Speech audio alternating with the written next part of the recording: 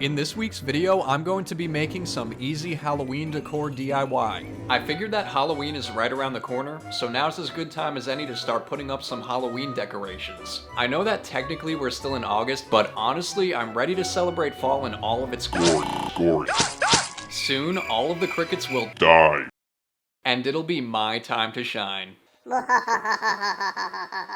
If you're new here, you should consider selling your soul to me by subscribing to my channel. Also, don't forget to hit the bell icon and select the all option. Ringing it is not enough. You have to select all or I'll be lost on the internet forever. I post new videos every Friday. Alright, let's get started. For the first of my Halloween decoration ideas, I'm going to be making some floating ghosts. But you said I was your one and only. For this, you'll need some cheesecloth, which you can get at Walmart if you don't have any. You'll also need some glue or fabric stiffener, a water bottle, a balloon, and some metal wire or a metal hanger. These floating ghosts are really just going to be meant for my room. You can make them as big or as small as you want. It's whatever you prefer, really. For me personally, I'm just going to kind of keep them on my desk most of the time, so I'm really not going to make them that big. But I really like the look of the big cheesecloth ghosts that people put in their backyards around Halloween like these. I'm basically just going to try and recreate those, but just on a little bit of a smaller size so they can fit on my desk. Maybe one of them is a girl ghost. So first things first, I'm going to blow up a balloon. Just let a little bit of air escape. I want it to be a decent size for the head, but not too big or else it'll just fall lopsided when I cover it with cheesecloth. I guess a lopsided ghost might be kinda cute, but that's not the look I'm going for. It doesn't matter what type or color of balloon or water bottle you use, we're going to take those out at the end so that the ghost can stand up on its own. So once I've blown up the balloon, I'm going to glue it to the top of a plastic bottle. It doesn't have to necessarily be a plastic bottle, it could really be anything. I've even seen some people use glass.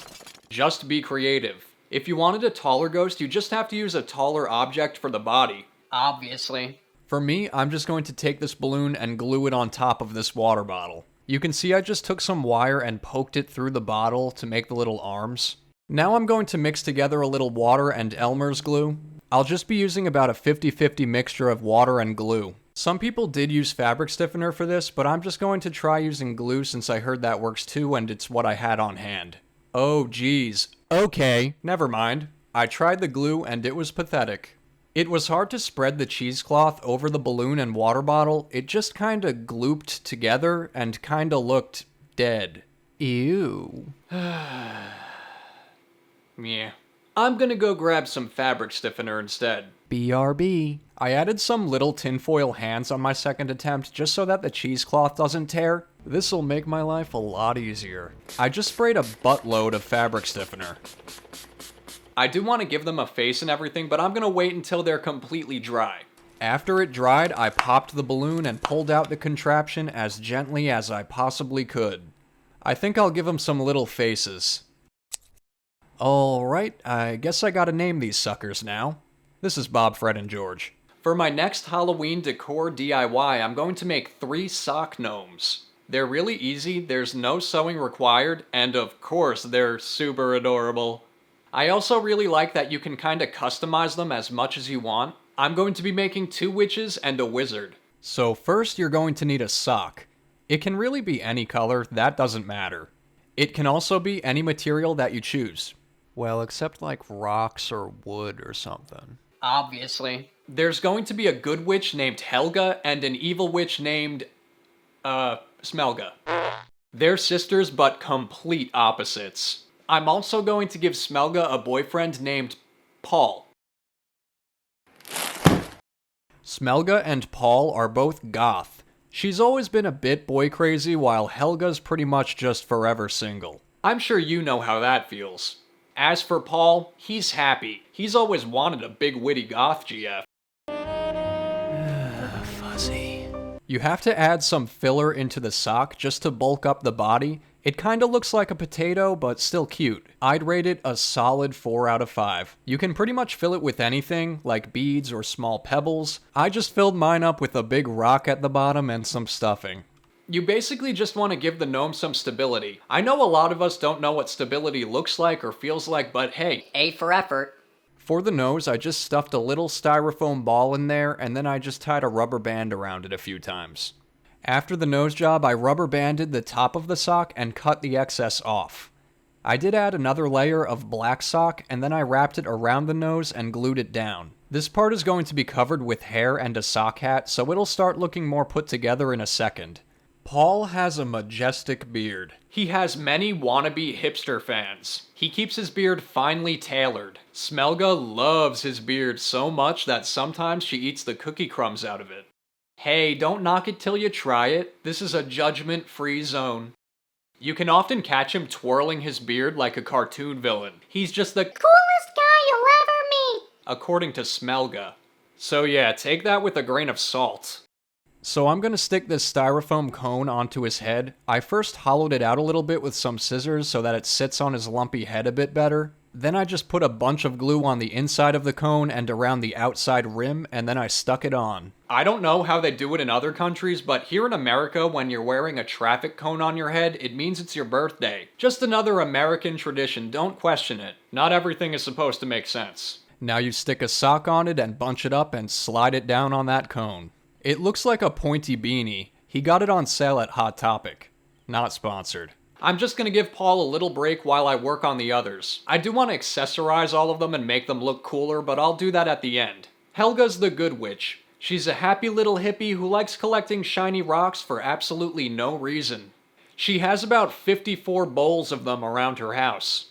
And she says that each rock has its own individual energy. Whatever that means. It works out though, because I just give Helga a shiny rock for her birthday, and she's more than happy. Ooh, a rock. Yes. She also collects countless books about herbs, although she never gardens unless you count her mini terrariums, which at this point I think might be fake. I haven't seen those succulents grow even an inch. I bet she just waters them just to act like she has a green thumb. Not all of the books are about herbs though. She has a collection of everything from Edgar Allan Poe to Shakespeare. Don't ask her to quote them though, she doesn't actually read them. They're just part of the facade. She also gets a ton of herbal tea even though she hates the stuff. I don't know, girls just don't make sense. I hope you're getting your fill of gossip today, Kunjal. She pours us both a cup whenever I go to visit her, yet I've never actually seen her take a single sip. That's okay. I haven't either. You can't trust a gnome, even if she is the good witch. Making the body of the other gnomes is the same thing as Paul's. Fuzzy.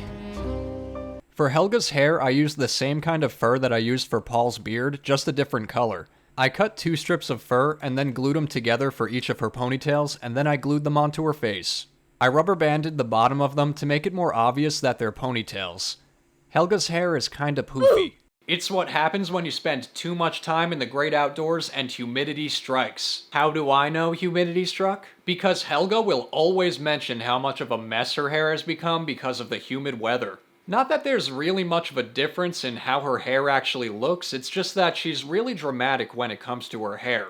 Next up is Smelga, the evil witch. Smelga was supposed to look all fancy and elegant, but she looks like she just crawled out of a dumpster. I've never braided hair before, so just cut me some slack.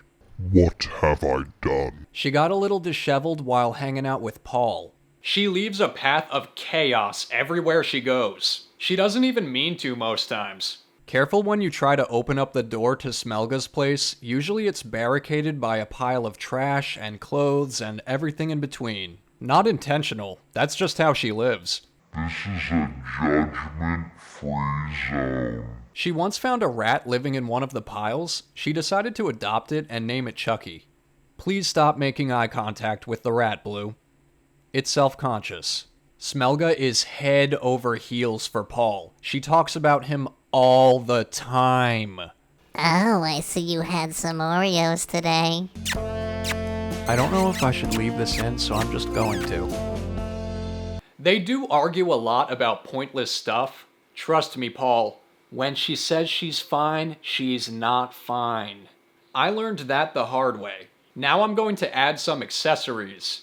Paul's a pretty simple guy. I kept him kinda basic.